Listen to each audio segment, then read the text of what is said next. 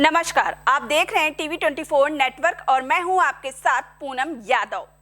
उत्तर प्रदेश की सियासत में आज का दिन बेहद खास माना जा रहा है। लंबे समय से जिस योगी कैबिनेट विस्तार को लेकर अटकलें लगाई जा रही थी, वो अब अपने अंतिम चरण में पहुंच चुका है। लखनऊ के लोक भवन में नए मंत्रियों का शपथ ग्रहण समारोह आयोजित किया गया। सूत्रों के मुताबिक कैबिनेट विस्तार में करीब 6 नए मंत्रियों को योगी मंत्रिमंडल में जगह मिली। इसके साथ ही 2 मौजूदा मंत्रियों को प्रमोशन दिया गया। जिन नामों की सबसे ज्यादा चर्चा है उनमें अजीत पाल और सोमेंद्र तोमर हैं। बीजेपी के इस पूरे विस्तार को केवल प्रशासनिक बदलाव नहीं बल्कि एक बड़े राजनीतिक संदेश के तौर पर भी देखा जा रहा है।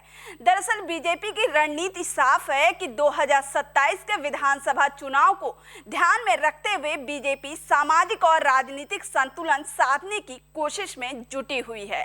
खासकर महिला प्रतिनिधित्व और दलित वर्ग की भागीदारी को बढ़ाने पर फोकस किया जा रहा है।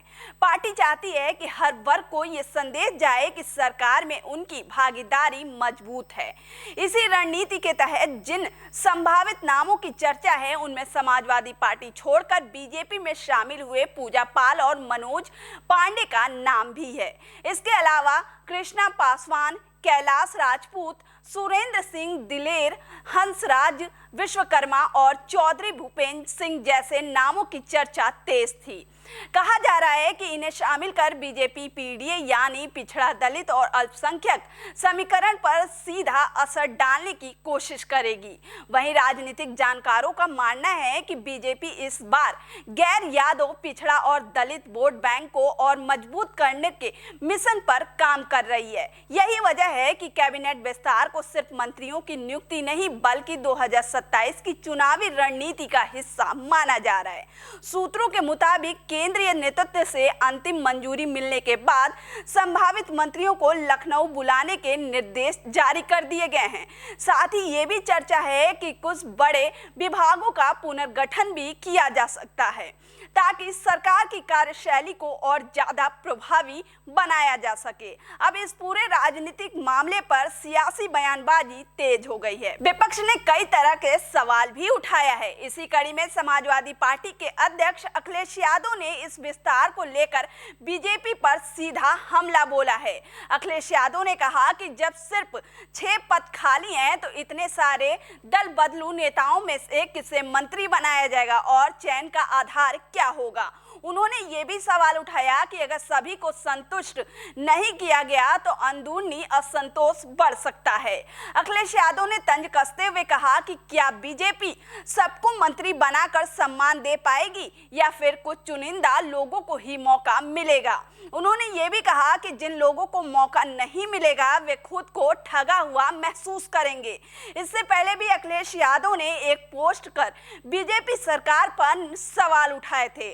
उन्होंने पोस्ट में लिखा, दिल्ली से पर्ची आ गई क्या? सुना है यूपी में कैबिनेट का विस्तार हो रहा है, या यूं कहें कि मुख्यमंत्री जी की शक्ति का कटाव छटाव हो रहा है। जिनका मंत्रिमंडल है उनसे भी तो कोई पूछ ले।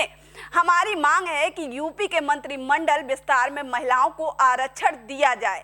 वैसे ये सवाल भी कुल बुला रहा है।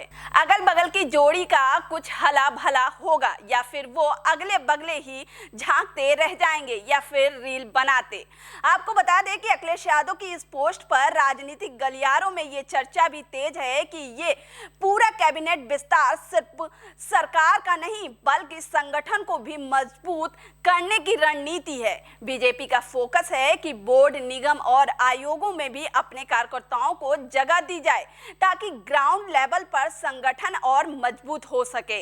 बीजेपी की रणनीति को लेकर यह भी कहा जा रहा है कि पार्टी विकास और हिंदुत्व के साथ साथ जाति समीकरणों को भी बराबर साधना चाहती है। पश्चिमी यूपी से लेकर पूर्वांचल तक संतुलन बनाने की कोशिश की जा रही है। फिलहाल यूपी की सियासत 2027 से पहले गर्म है और बयानबाजी भी तेज है और सबकी नजरें इस बात पर टिकी हैं कि योगी कैबिनेट का नया स्वरूप 2027 के लिए कैसा होगा। इस पर आपकी क्या राय है, हमें कमेंट बॉक्स में जरूर बताएं।